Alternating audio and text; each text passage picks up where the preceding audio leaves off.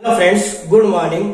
आज हम अगला भाग पढ़ेंगे इंटीग्रेटिंग फैक्टर अर्थात एन कोटि की रैखिक अवकल समीकरणों को हल करने की दूसरी विधि है ये समाकलन गुणक। पहली विधि थी यथार्थता की शर्त के आधार पर एन कोटि की रैखिक अवकल समीकरण को हल करने की कंडीशन थी, और वो कंडीशन क्या थी? वो ये थी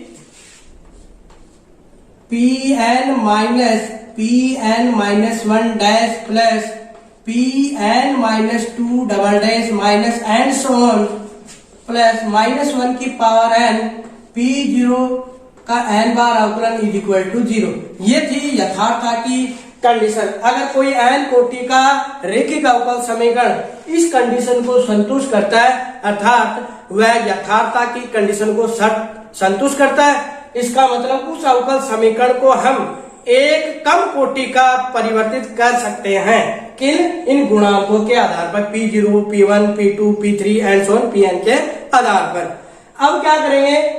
अगर कोई अवकल समीकरण n कोटि का अगर वो यथार्थता की कंडीशन को संतुष्ट नहीं करता है तो हम क्या करते थे? अक्ष की उचित घात के गुणांकों से गुणा करके उसको यथार्थ बनाते थे और m का मान ज्ञात करेंगे। तो क्या करेंगे? जो अवकल समीकरण दिया हुआ है n कोटि का रैखिक अवकल समीकरण, उसको अक्ष की घात m से गुणा करेंगे।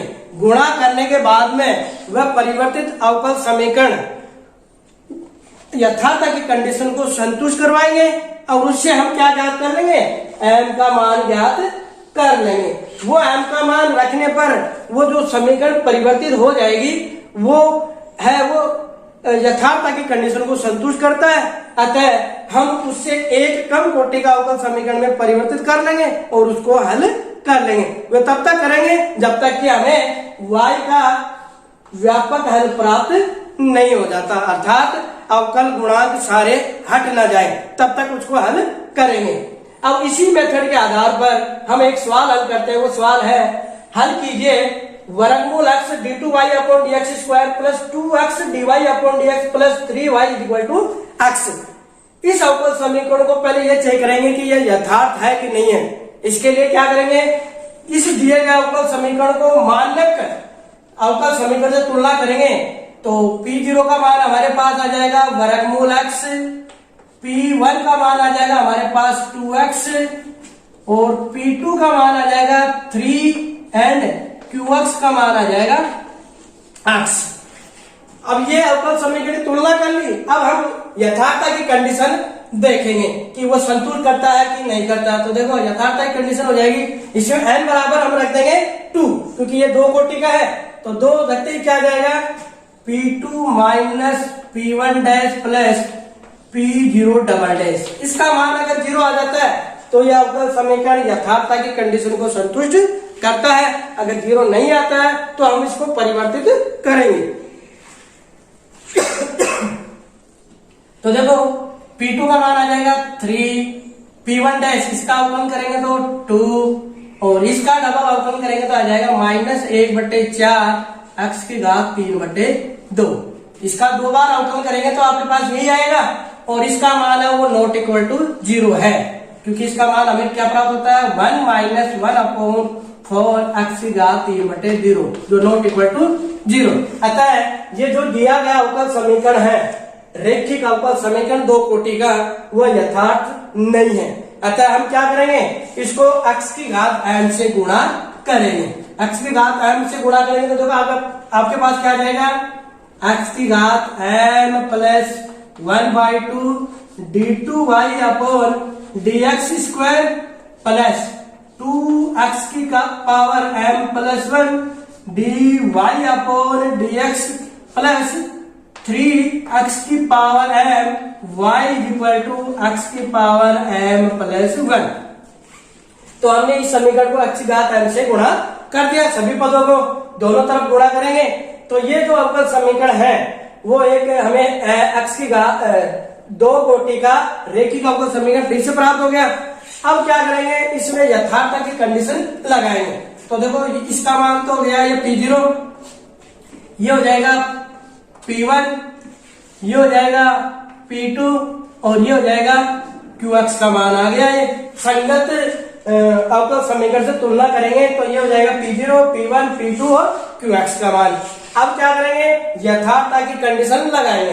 तो यथार्थता की कंडीशन जैसे दो कोटि का था वैसे वैसे लगाएंगे तो यह जाएगा P2 minus P1 dash plus P0 double dash is equal to 0। अब यहां पर P2 का मान रखेंगे तो P2 का मान क्या है 3x की power m minus P1 dash, इसका अवकलन करेंगे तो क्या जाएगा 2m प्लस 1x की पावर m। अवकलन करेंगे तो घात पीछे रहे, घात कम हो गई। P0 डबल डैश, इसका दो बार अवकलन करेंगे तो यह आ जाएगा m प्लस 1/2 और m प्लस 1/2 माइनस 1 और x की power m plus 1/2 minus 2 is equal to 0। तो इसका दो बार अवकलन किया तो यही आएगा। अब देखो इसमें सरल करने पर, सरल करेंगे तो क्या आ जाएगा, देखो इन दोनों में कॉमन क्या आ गया 3 माइनस 2 से गुणा कर दिया तो 2m माइनस 2 x की पावर m, क्योंकि दोनों में क्या आ गया x की पावर m कॉमन आ गया। इसको सरल करेंगे तो क्या आ जाएगा m प्लस 1/2 और ये आ जाएगा m माइनस 1/2, क्योंकि 1/2 प्लस का है, ये माइनस का 1 है, दोनों को घटाएंगे तो ये आ जाएगा और ये आ जाएगा x की power m minus 3/2 is equal to 0। अब इन दोनों में क्या कॉमन आ गया, इसको देखो वो सरल करते हैं तो देखो क्या आता है हमारे पास आ जाएगा 3 प्लस का 2 माइनस का, तो ये आ जाएगा 1 माइनस 2m x की पावर m। यहां क्या आ जाएगा plus m plus 1/2 m minus 1/2 x की power m minus 3/2 is equal to 0। इसमें देखो हम माइनस 2 कॉमन ले लेंगे तो क्या आ जाएगा -2, तो यह आ जाएगा m माइनस 1/2 x की power m plus m plus 1/2 into m minus 1/2, यह आ जाएगा x की power m minus 3/2 is equal to 0। अब इस पूरे में क्या कॉमन आ रहा है m माइनस 1/2 और m माइनस 1/2 दोनों में कॉमन आ रहा है, तो कॉमन ले लेंगे तो क्या आ जाएगा m माइनस 1/2, तो यह आ जाएगा -2 इंटू x की power m plus m plus 1/2 into x की power m minus 3/2 is equal to 0। और हम जानते हैं कि दो राशियों का गुणा 0 है तो उनमें से या तो एक 0 होगी या दोनों ही 0 होगी, क्योंकि इसमें वेरिएबल है तो ये 0 नहीं होगी, अतः ये 0 होगी। तो इसको सॉल्व करेंगे तो क्या आ जाएगा m minus 1/2 is equal to 0। ये 1/2 इधर आ गया तो हमारे पास m का मान क्या आ जाएगा 1/2। ये m का मान इस समीकरण में रखेंगे तो हमारे पास परिवर्तित अवकल समीकरण हो जाएगी। देखो x d2y upon dx square plus 2x की power 3/2 dy upon dx plus 3 वर्गमूल x y is equal to x की पावर 3/2, यह आ जाएगा हमारे पास समीकरण नंबर 1। तो यह समीकरण है वो यथार्थ अवकल समीकरण में परिवर्तित हो गई, क्योंकि पहले जो अवकल समीकरण थी कौन सी ये यथार्थ नहीं थी, हमने इसको परिवर्तित कर दिया तो आपके पास परिवर्तित होने के बाद में ये आ गई, ये बन गई यथार्थ अवकल समीकरण। अब क्या करेंगे कि जब यथार्थ है तो इसके संगत पदों की तुलना करेंगे तो ये आ जाएगा P0, ये आ जाएगा P1, ये आ जाएगा P2 और ये आ जाएगा QX आ जाएगा। अतः अब यथार्थ होगी तो अब एक कम कोटि का अवकल समीकरण हो जाएगा हमारे पास P0 d2y upon dx square plus P1 minus P0 dash, sorry ये ओनली dy अपॉन dx ही आएगा क्योंकि यहाँ पर दो कोटि का, इससे एक कम हो जाएगा dy अपॉन dx और यह आ जाएगा y इज इक्वल टू समाकलन qx dx प्लस c1। अब P0 P1 और P डैश के मान यहां से रखेंगे तो आपके पास क्या आ जाएगा, देखो x d y upon d x plus P1 का मान हम क्या रख देंगे 2x की पावर 3/2 माइनस P0 डैश इसका अवकलन करेंगे तो आ जाएगा 1 y is equal to QX का मान यहां रख देंगे तो x की पावर 3/2 dx प्लस C1। तो अब क्या करेंगे इसको आगे हल करेंगे तो आगे हल करेंगे तो देखो क्या आ जाएगा x dy upon dx plus 2x की power 3/2 minus 1 y is equal to अब इसका समाकलन करेंगे तो इसका समाकलन करेंगे x की घात 3/2 का तो यह आ जाएगा x की घात 5/2 अपॉन 5/2 प्लस C1 क्योंकि समाकलन में क्या करते हैं एक घात जोड़ते हैं और इन्हीं घात का भाग लगाते हैं तो आपके पास ये आ गया।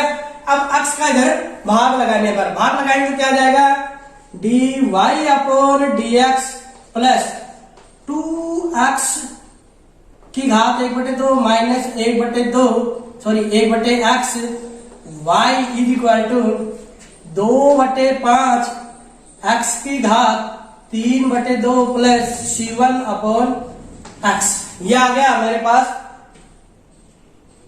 प्रथम कोटि का रैखिक अवकल समीकरण। और हम जानते हैं प्रथम कोटि और प्रथम घात का रैखिक अवकल समीकरण को हल करने की कई विधियां हैं तो हम पहले इसका ज्ञात करेंगे इंटीग्रल फैक्टर फिर उसका हल ज्ञात करेंगे। तो देखो इंटीग्रल फैक्टर क्या हो जाएगा integral factor is equal to हो जाएगा e की पावर समाकलन p ये पूरा है वो p है तो 2x की घात 1/2 माइनस 1 अपॉन x dx तो इसका समाकलन क्या हो जाएगा देखो e की पावर एक घात जुड़ेगी समाकलन करेंगे तो एक घात जुड़ेगी उसी घात का भाग लगेगा तो ये आ जाएगा देखो 2x की power 3/2 upon 3/2 minus log x again इसको सॉल्व करेंगे तो ये आ जाएगा हमारे पास e की पावर 4/3 x की घात 3/2 माइनस e की पावर इंटू e की पावर माइनस log x क्योंकि हम जानते हैं कि आधार समान होते तो गुणा में घातें जुड़ती हैं तो उसके अकॉर्डिंग ये नियम लगा दिया। अब देखो इसका मान क्या हो जाएगा 1/x e की पावर 4/3 x की पावर 3/2 ये आ गया इंटीग्रल फैक्टर। अब इसी के आधार पर इसका हल ज्ञात करेंगे। क्या हल क्या हो जाएगा y into integral factor is equal to समाकलन qx into integral factor dx plus C2। प्रथम कोटि की लीनियर डिफरेंशियल इक्वेशन को हल ज्ञात करने का वो तरीका यही था। हमने प्रीवियस क्लास में पढ़ा था कि रैखिक अवकल समीकरण को हल करने की ये विधि थी। यहाँ पर हम इंटीग्रल फैक्टर का मान रखते हैं y इंटू 1/x e की पावर 4/3 x की घात 3/2 इज इक्वल टू क्यों का मान क्या आ गया यहाँ पे क्यों का मान आ गया ये 2/5 x की घात 3/2 plus C1 upon x into आ जाएगा 1/x e की पावर 4/3 x की घात 3/2 dx प्लस C2। अगेन हल करने पर y इंटू 1/x e की पावर 4/3 x की पावर 3/2 इज इक्वल टू समाकलन। अब इसको अंदर गुणा करेंगे तो देखो क्या आ जाएगा 2/5 x की घात 1/2 क्योंकि ये इसको गुणा होगा तो ये आ जाएगा और e की घात 4/3 x की घात 3/2 dx और प्लस अब इसको इससे गुणा करेंगे तो क्या आ जाएगा C1 तो बाहर आ गया समाकलन e की पावर 4/3 x की पावर e की घात 4/3 x की घात 3/2 upon x square dx plus C2। अब इसका समाकलन कर लेंगे आसानी से क्योंकि इसको बराबर मान लेंगे t तो t मानेंगे इसका आसानी से समाकलन हो जाएगा परंतु इसका समाकलन नहीं हो पाएगा अतः इसको ऐसा कैसा ही छोड़ देंगे। तो अभिष्ट इसका व्यापक हल हो जाएगा। मैं डायरेक्ट कर रहा हूं क्योंकि ये बराबर हम टी मान लेंगे।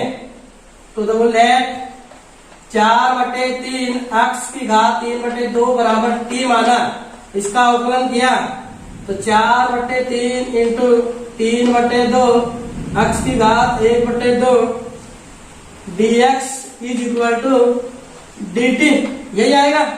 तो 3 से 3 कट गया, 2 से ये 2 कट गया। तो इसकी जगह रख देंगे हम x की घात 1/2 dx, सॉरी 2x की घात 1/2 dx बराबर रख देंगे dt। तो यहाँ पर यह आसानी से हो जाएगा। तो देखो क्या आएगा, y अपॉन x e की पावर 4/3 x की पावर 3/2 इज इक्वल टू, तो देखो 2x की पावर 1/2 dx की जगह रख देंगे dt। तो 2 ये रहा, ये x की घात 1/2 और ये dx रहा। तो 1/5 तो बाहर आ जाएगा, समाकलन e की power t dt plus c1 समाकलन e की पावर 4/3 x की power 3/2 dx upon x² plus c2। अब देखो और सरल करने पर x y अपॉन x e की पावर 4/3 x की power 3/2 is equal to 1/5 e की पावर t का t के सापेक्ष समाकलन हो जाएगा e के पावर t, और t की जगह वापस हम वही कमाई रख देंगे 4/3 x की घात 3/2। तो ये आ जाएगा e की पावर 4/3 x की पावर 3/2 प्लस, क्योंकि इसका समाकलन नहीं हो पाता है इसलिए इसको ऐसा कैसा ही रख देंगे।